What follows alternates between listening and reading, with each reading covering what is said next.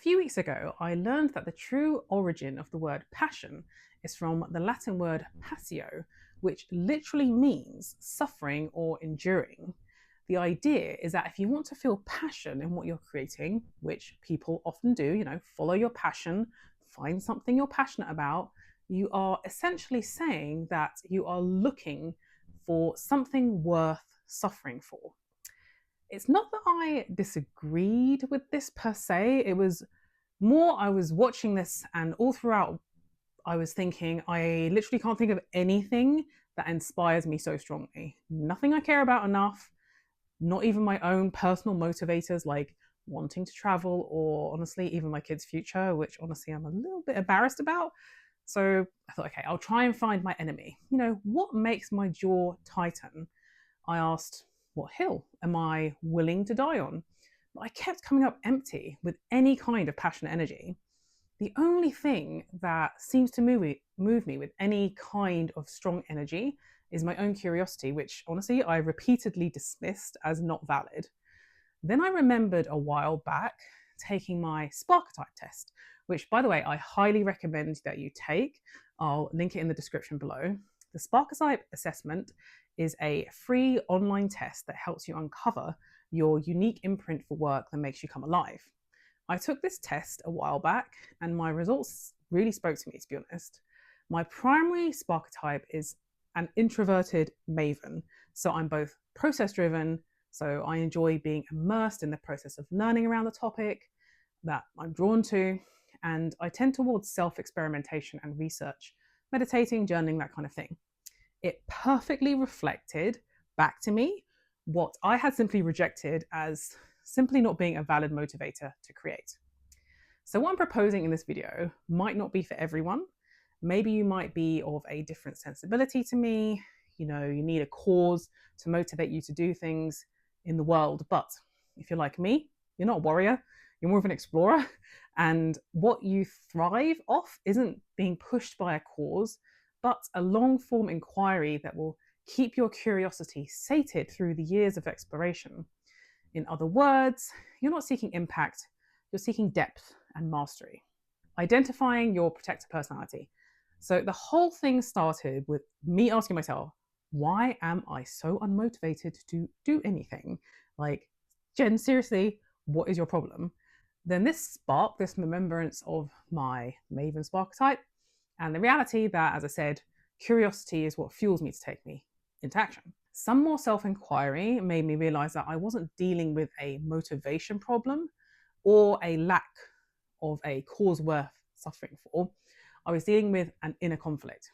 Somewhere along the way, my psyche had split. On the one side, the creative. It longs to follow all of its own impulses and create what it finds interesting and gratifying. It's not interested in tailoring anything for clients or audience. This part aligns more deeply with what I would say was my inner maven. On the other side, we've got the strategist. This part has the qualities of being really anti-maven. It just wants to focus entirely on audience, clients, service, and impact. It's a sensible marketer who stays within its own niche and scripts everything to within an inch of its life, but mainly to convert, and makes calls to action at appropriate places. Essentially, the personality does what's necessary to build a business, make money from creative expression, and it's just in service of maintaining and replenishing my resources. So things like status, money, recognition, that kind of thing. The strategist is my protector personality, and the split between it and my creative personality is a war about survival. The strategist doesn't trust my inner creative to fulfill my basic human needs. It believes that the creative will have me spend tens of years in all this creative freedom, going where the wind takes me, having crafted some amazing, fulfilling, rich and depth-fueled art, but I'm going to be totally destitute. So it controls. It controls at every single turn. It locks onto strategy at every single turn, reminds me to create things that cater to audience, caters to the algorithm.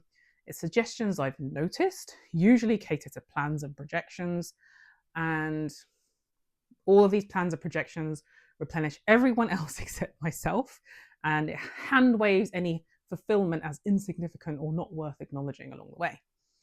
The thing is, I know I won't make it through the years of creating and building anything with this protector personality, chirping up and trying to control everything at every turn. It will have generated so much inner resistance, friction, and resentment that I'll long since have razed everything to the ground before it could even be successful. So really, it thinks it's protecting me, but what it's actually doing is sabotaging my progress. So if you're feeling unmotivated, perhaps I might start by trying to identify what very naturally feels good and gets you in the zone, like what's closest to being motivated for you. What are you doing when you're in that state? Then ask, what is my resistance to embodying that? What you're essentially looking to do is identify a split in your psyche and name your protector personality. One part of you wants one thing and feels excited and joyous and natural in it, and the other part of you immediately tightens and says, oh, no, you can't do that, that's dangerous. It usually feels controlling or chirps up quietly on your shoulder, either in this mild panic or a quiet assertion. But have you thought about this? Are you sure about that? I asked this protector personality, what I'm calling the strategist, why it's doing what it's doing. Essentially, it's inner death fear, protecting me from diffusing my energy in all creative directions. So to the strategist, uncontained creative freedom means energy diffusion, which means fruitless resource depletion, which means vulnerability, which basically means death or collapse. It's an involuntary survival mechanism, exerting this panicky control into all parts of the creative process from start to finish. So the first step in this process is to identify your protector personality. How is it trying to protect you? And what is it, or what does it believe it is trying to protect you from? Honestly, this takes quite a bit of work, and journaling I found useful to go backwards and forwards with ChatGPT, articulating my feelings of unmotivation, what this resistance feels like, how it's manifesting, and trying to find this split. It's often so ubiquitous and in everything you do and the lens that you see the world with that you just kind of take it for granted as a thing that you do. So you really have to examine yourself very hard to see it usually. So how do you work with your protector personality? Well, next I asked what this protector personality needs from me. Since the strategist seemed so concerned with money and resources, initially I thought it was a minimum income that it needed to feel safe and comfortable to stop exerting so much control, but actually that didn't feel right. So I was sifting through all these things it might want until I arrived at something it maybe would get on board with, and it was this. Defined boundaries of exploration for the creative personality, and all behavior within those boundaries must clearly align with my future vision. I liken it to letting a toddler explore. You wouldn't let them go wherever they wanted.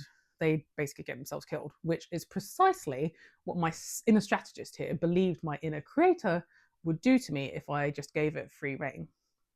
So instead, it wants predefined boundaries and instructions to my creative personality. Okay, you can pretty much go anywhere you want in here, and by here, it means somewhere safe and future aligned for the strategist. But it can also be fun for my creator, some place it's happy to be, play, create for many years to come. So how does the strategist, my protector personality here, define the nature of this boundary? A thesis.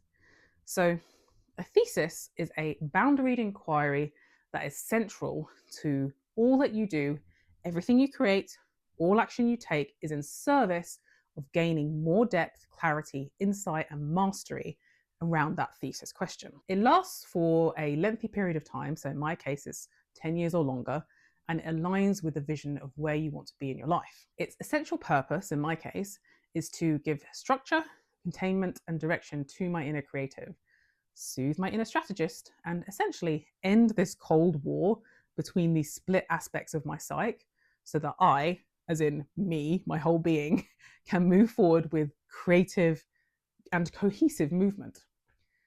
So how do you develop your thesis or inquiry? So next I tried to identify what core features or qualities the thesis inherently needed to help the strategist feel calm, safe, and relaxed, and for the creative to feel energized.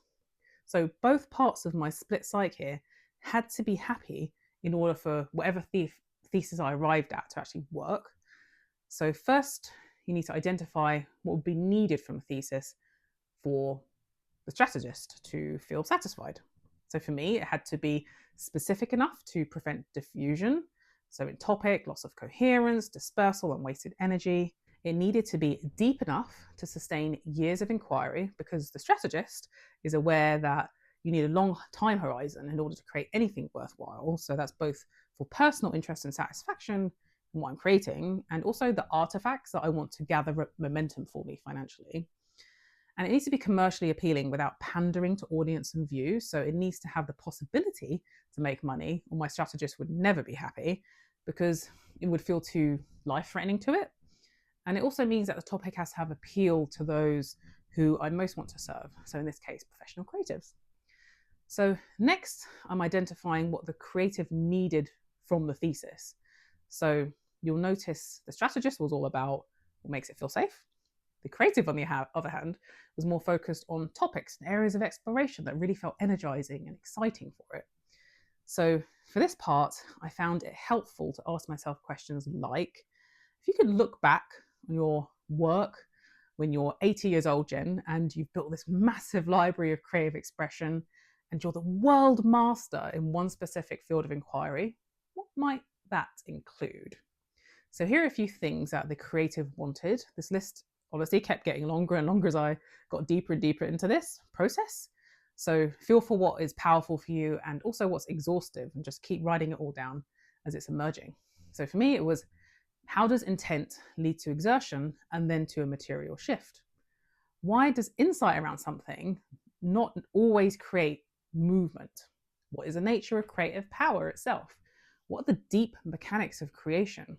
How do we have agency over reality? When I felt like I had extracted enough insight around what both parts of my psyche needed from this thesis, I could actually start articulating this thesis as a single concise sentence. So I found it helpful to go backwards and forwards with ChatGPT and use it as a thinking partner in this. So making suggestions, helping me refine it, throwing things out there, and being challenged by it. And a few of my first iterations of the thesis were, just so you get an idea, what are the necessary and sufficient conditions for uncompromised creative work to compound into influence and material success? Now, going backwards and forwards on this one, I rejected it ultimately because I didn't feel like influence and material success really worked, because it felt too shallow. Another one was tension tolerance and the service of creative force. Also rejected this one because it felt like it covered only one element of creativity, and it wouldn't sustain me over and over again daily for many, many years. So every single word of this thesis that you're constructing has to have a purpose and be intentional. There is not a single redundant word in it, as I stress tested all of it with myself to make sure it could work for me operationally on a day-to-day basis, which it actually does. So my final thesis articulation is this: what is the true nature of uncompromised creative force, and how can it be applied to produce artifacts that endure and compound? So now, every creative idea I have and every significant directional movement or action I take, I ask myself, is this in service of my thesis? If it is, I'll keep moving forward. If it's not, I'll ask myself, why not? And make some adjustments. If I just can't get what I'm intending to do to align with the thesis, then I'll just completely stop. So no stalling, none of this commentary, just stop. So since working with my thesis, I find my inner strategist is so much quieter and calmer, and my inner creative feels so much more agency and trust over the direction of its processes. I have more energy because clarity is there, and I have this directional movement that's always ready in front of me, front and center each day. And I just don't need to think so much because there's less commentary that I have to sift through that causes this endless back and forth and this doubt and underlying anxiety. So it does feel like more creative inspiration is allowed to come through, and it's not getting instantaneously cut off with strategy. Although I should say that the thesis does not offer absolute immunity to stalling. So I took the crafting of this thesis, as you can see, to the nth degree to make sure it was absolutely right. And I honestly still felt like the strategist wanted to guarantee that it would work. But there is no guarantee that anything in life is going to work, in business, in creativity, in work, in anything. So if you find that your protected personality tries to push for this, you can push back. It's impossible to offer these guarantees of success. The best that you can offer is repeated assurances that you are committed to the thesis and that it agreed it would be enough for it to feel calm enough to let you move forward. So a big part of this process has been accepting my Maven spark type, like I spoke about at the beginning, and I'm driven primarily by my own selfish need to satisfy my own curiosity. So half the battle has been releasing the feeling that there must be something wrong with me there, and all of that associated guilt and shame, because it appears that I am not someone who is deeply motivated by a cause that I'm passionate about. I'm just stopped trying to find a cause big enough or appropriate enough to move me into action. So letting this go and accepting my own natural impulses and tendencies has allowed me to embrace the thesis and let it be the only thing that actually motivates me. What I've learned in this process, I would say, is twofold. Firstly, you're better off working through resistance or shame around what genuinely motivates you and accepting it than you are trying to generate this artificial motivation through means that aren't natural to you, but you feel like they really ought to be. And secondly, you'll generate far more creative movement through identifying how your psyche split and what your protected personality needs from you to feel safe and creating that thing for it than you'll ever do through coaxing it or trying to blindly shove it forward into action. Because it turns out I didn't actually need motivation. What I needed was a peace treaty between these warring aspects of my inner self. It just so happens that a thesis resolved this friction for me. For you, it might be something else, but I had to offer this process in case it serves someone else as deeply as it's currently serving me. And I hope it continues to serve me for many years to come. So let me know in the comments if you go through this process, what your protector personality needs, and if you create a thesis, what is it, if you feel called to share. And if you can relate to this idea of the inner conflict between your pure creative force and what the outer world is pushing you to do, I recommend watching this video, I'm not sure it'll be somewhere up here, about not selling out, even if you have no clue who the band Tool is. It's my favorite band. It's a really great study on the qualities that keep you centered on your work and the creative process instead of caving to the outside forces trying to influence you.